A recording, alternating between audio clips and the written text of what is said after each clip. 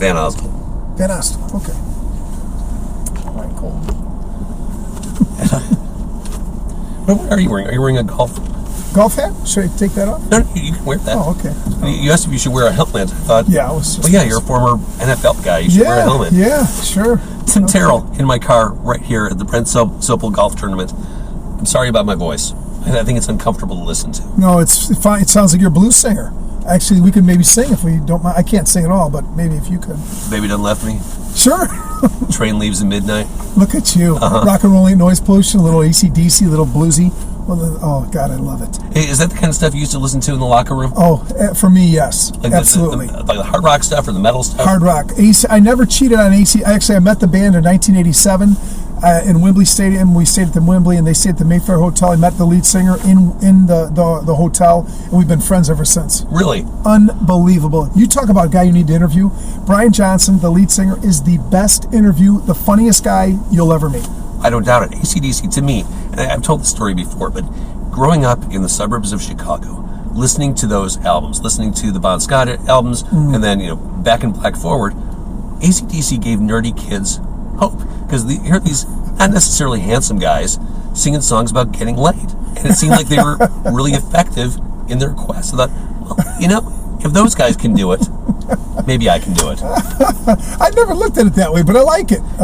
And let's be honest, the best riffs in rock history. No, there's no question. I'll tell you, I could name off, and I won't do it, but I can name off over 100 songs probably. I'm a stalker AC/DC fan, so don't get me started. I'm getting you started because I love AC/DC. My favorite song by AC/DC, not a conventional favorite, not even a nearsighted favorite. What's Next to the Moon of Powerage. Good for you. That's a great tune. Because that has that thundering bluesy riff. Oh, phenomenal. And Bon Scott sings it. Bon Scott in the chorus, it's your love that I want, it's your love that I need. Yeah, it's a great one. That's awesome. I agree. That's a great tune. I mean, all those Powerage and TNT and Dirty Deeds Done Dirt Cheap, back in the day, they were imports. You wouldn't sell them in America. It was kind of cool, so we were getting them a little bit early. We came to Dirty Deeds late. Yeah, in the US. right. I think they had two different covers or something, but that's cool. Wow, we're talking about AC/DC. I love it. As we should be. And I got a great story about how I meet those guys and they invite me to dinner literally the first night I met them today, and then so they finished their tour in LA. I was playing for the Rams. We were playing the Saints that afternoon. So they finished at the Forum 3 months after we played. It was a preseason game in Wembley, and so they toured and they finished their tour at the Forum, and we happened to play in the afternoon, 12 till 3, the Saints, and then they had a gig that night, and I went backstage, and I was literally like in Wayne's World when they get their tickets. I couldn't believe I'm backstage, and they're just being so nice to me, and I just. But it was a fantasy, a dream come true for me. Like so many things in my life have been a dream. Well, let's talk a little bit about your football career, because we dove right into talking about AC/DC. We didn't talk about all of your NFL experience. I think I associate you most with the Steelers, but that's just a part of the overall story. Yeah, well, real quickly, I came out of college. I had knee surgery in high school. Went to a junior college. I got 12 offers out of junior college, 3 as a quarterback, 9 as a DB. I wanted to play quarterback. Went to Northern as a quarterback. Did well there. Our team did real well, and wasn't drafted. Was a free agent. Tried out for the Atlanta Falcons as a fullback. Dallas, Seattle, and Green Bay wanted me as a strong safety. I thought my chances, because I knew how to run the ball a little bit, was a fullback and special teams. Ended up making the team. By my second year, I was a captain of the Atlanta Falcons team. Went on to play 2 years there, 3 with the LA Rams, 1 with the Bills, and 2 with the Steelers as a fullback special teams guy. And just met some amazing people throughout the whole experience. And I was just surrounded by some amazing people that really taught me how to take advantage of an opportunity, and it was just a dream come true, and it continues. What was the high point of your career?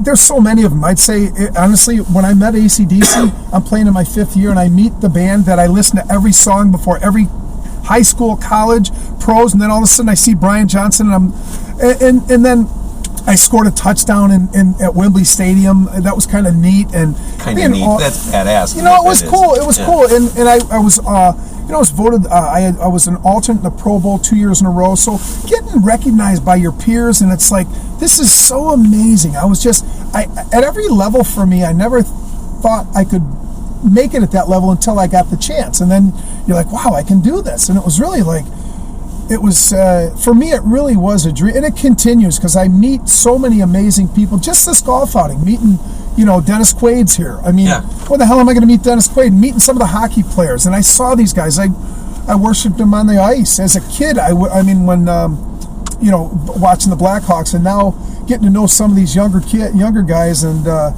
amazing athletes. So it's just so hard to put your finger on just one thing that happened. There's been so many.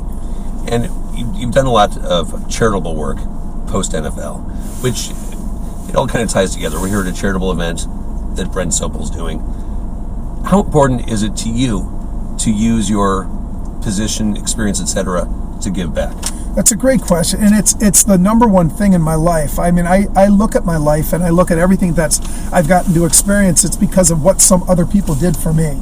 You know what I mean? They gave me opportunity, and that's how I look at it. I'm so blessed, and I work with the VA hospital. I get the players involved. I know hundreds of athletes, and I get them all involved. And it's never about look at me. It's all how can we leverage what was kind of given to us in these experiences that we've had to better society, to help other people out that are less fortunate, there's Ray, Ray out there, he's hilarious. He knows I talk a lot. He's shrugging his shoulders like, oh man, Tim's never going to leave. But it's so important for me to carry forward what was given to me, because nothing that I've done in my life is anything that I did. It was really what other people did for me, and I just try every day to do that, to bring it forward, whether knowing the band AC/DC. I can't tell you, over the 30 years I've known them, I've had everyone backstage because they know, and they are just like, they freak out like I do, and the band's so nice. And so to see other people experience some of the stuff that I got to experience, there's just nothing like it. And then the most important thing is when somebody comes up to you and says, you know what, you changed my life. For whatever, you made a big difference in my life. So I love it. Great work, great career. Pleasure talking to you. We're going to kill the recording now so we can put on, I don't know, Let There Be Rock. Yeah, you got it. You should have a drink on me. Or we'll do Brian Johnson era. We'll go for those about, or no, we'll do Put the Finger on You. Feel it sounds like okay. Doing right now. I like it. I like the fact that you know that. For those about to rock, We Salute You is nice too. But you're right. You can't beat Put the Finger on. I love it. First tour I saw was at the Rosemont Horizon. It was 84 Flick of the Switch tour. 87 was Flick of the Switch. No. So yeah. Couldn't have been. No, Flick of the Switch came after For Those About to Rock. Well, yeah, it did, but For Those About to Rock came out in 81. Flick of the Switch was 87. That's what they were doing. I'm pretty sure. Or no, you're right, because it was Blow Up Your Video was 87. There you go. God bless you. I'm sorry. James, I'm impressed. That's awesome. We're besties now. Thank you very much for doing this. Thank you, buddy. Thank you for watching.